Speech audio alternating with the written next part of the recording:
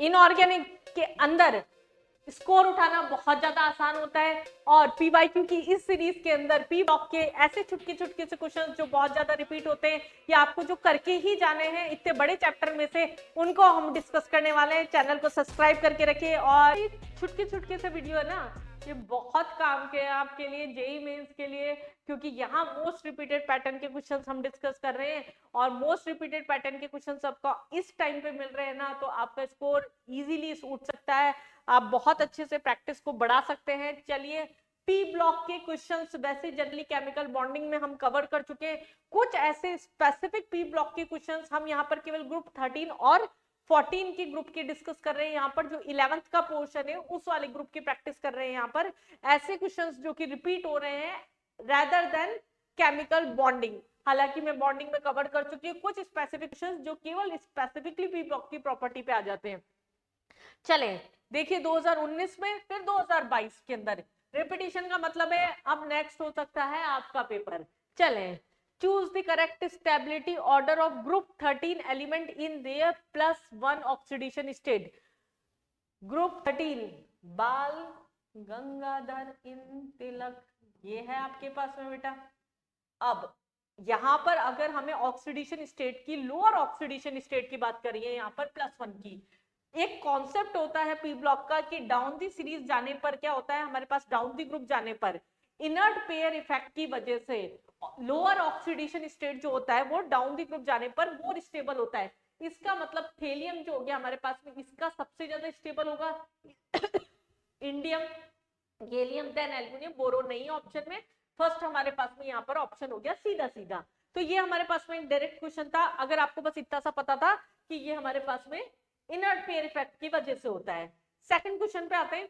Aluminium is usually found +3 oxidation state. Generally aluminium +3 oxidation state में होता है, thallium +1 में। वापस वही चीज हो गई, थेलियम जो हो गया नीचे की तरफ प्रेजेंट है हमारे पास में, वो क्या है लोअर ऑक्सीडेशन स्टेट में स्टेबल है। और ऊपर वाली जो एलिमेंट है हमारे पास में मोर स्टेबल ऑक्सीडेशन स्टेट जो होगा उनका, वो क्या होगा हायर ऑक्सीडेशन स्टेट उनका, दैट इज हाईएस्ट होगा इसका +3। तो ये किसकी वजह से होता है, अभी अभी वर्ड मैंने यूज किया यहाँ पर, इनर्ट पेयर इफेक्ट। ये है छोटे पैकेट में बड़ा धमाका वाले क्वेश्चंस बेटा। यहाँ पर आपको मिल रहे हैं चुटके चुटके से ऐसे क्वेश्चन। अगर आप एक बार भी इन वीडियोस को देख के जा रहे हैं, सीधा टिक मारेंगे क्वेश्चन पेपर में अगर इस तरह के क्वेश्चन आ जाते हैं तो। The incorrect statement regarding the structure of C60। देखिए, या तो आपके डायमंड, ग्रेफाइट, इस पैटर्न के क्वेश्चन जो हो गए वो आपके आ गए यहाँ पर पेपर के अंदर, उनके नेचर बेसिस पर क्वेश्चन आ गए, उनके एलोट्रॉप्स पे क्वेश्चन आ गए, या फिर इनर्ट पेयर इफेक्ट के ऊपर जनरली क्वेश्चन आता है। ये आपके दो टॉपिक स्ट्रॉन्ग होने चाहिए ग्रुप 13 और 14 में। C60 ये हमारे पास में क्या है, एलोट्रॉपिक फॉर्म हो गया हमारे पास, सबको पता है ये। अब यहाँ पर क्या बोला है कि इसके लिए क्या सही है, आपको पता होना चाहिए। ये जो होता है आपका पेंटागोनल और हेक्सागोनल की स्ट्रक्चर्स का एक, जो हमारे पास में बॉल होती है उसकी टाइप के स्ट्रक्चर का बना हुआ होता है। तो यहाँ पर हमारे पास में इनकरेक्ट स्टेटमेंट पूछा है 12, 16 मेंबर्ड और 55 मेंबर रिंग, बिल्कुल भी नहीं। अगर आपने एक बार भी थ्योरी पढ़ रखी है तो आपको पता होना चाहिए ऐसा नहीं होता। ये हमारे पास में क्या होता है 20 होता है, और ये आपके पास में क्या होता है 12 होता है। तो ये आपका डाटा पहला वाला ही गलत हो गया, तो आंसर तो फर्स्ट हो गया। Each carbon atom form 3 sigma bonds. जी हाँ, यहाँ पर ये इंटरलिंक्ड होते हैं। 5 membered rings are fused only to 6 member rings.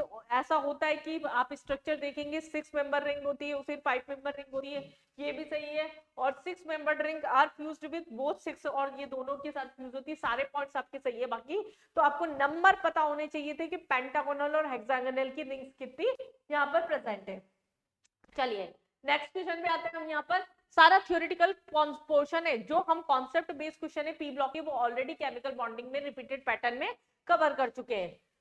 Assertion reason based question है हमारे पास यहाँ। Among the carbon allotropes, diamond insulator होता है हमारे पास में, वेरियस ग्रेफाइट जो होता है वो गुड कंडक्टर होता है इलेक्ट्रिसिटी का। ये तो हमारे पास स्टेटमेंट है।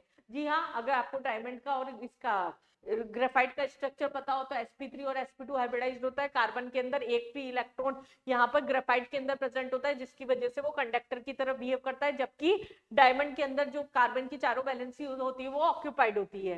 Reason hybridisation of carbon. जी हाँ, रीजन भी सही दे रखा है। यहाँ पर ये sp3 और sp2 हाइब्रिडाइज होते हैं डायमंड और ग्रेफाइट, तो उसकी वैसे भी हमें इलेक्ट्रॉन का बाइंडेशन जो हो गया वो यहाँ पर इससे पता पड़ जाता है। असर्शन और रीजन दोनों आपके करेक्ट है, और रीजन जो है करेक्ट एक्सप्लेनेशन है, मतलब आपका बी आंसर हो गया। असर्शन रीजन के वो ही बच्चा क्वेश्चन सही कर सकता है जिनके concept point two word clear हो। इजी नहीं होता असर्शन रीजन को सही करके आना, इसकी प्रैक्टिस भी आपकी होनी चाहिए।